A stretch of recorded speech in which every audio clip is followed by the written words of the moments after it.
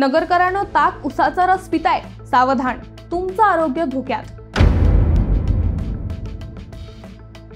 नगरकरांनो, उन्हाळा वाढलाय आणि या उन्हाच्या चटक्यात नगरकर उसाचा रस ताकावर जणू तुटून पडलेत। तुम्हीही ताक उसाचा रस पीत असाल तर सावधान। आपल्या जीवाला थंडावा देण्यासाठी जी थंड पेय आपण पितोय त्यांची कसलीच तपासणी होत नाहीये। अन्न प्रशासन या ताक रसाची टेस्टिंग करत नाहीये। रस्त्यावर हातगाड्यांवर 15 ते 20 रुपयांना ताक किंवा उसाचा रस किंवा फळांचा रस मिळतो। दिल्ली गेट, नेप्ती नाका, Maliwada, Pune road, Tarakpur, Manmad road, professor chowk, Bhistbag, Ekvira chowk, Tapovan road अशा सगळ्या भागात थंड पेयांची विक्री जोरात सुरू आहे। पण आता आपण स्वतःच याबाबत सावध राहण्याची गरज आहे। काही दिवसांपूर्वी बुरहानगरमध्ये 2 मुलींचा मृत्यू झाला।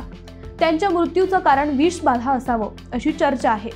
अन्न प्रशासनाने याकडे पूर्णपणे दुर्लक्ष केलंय।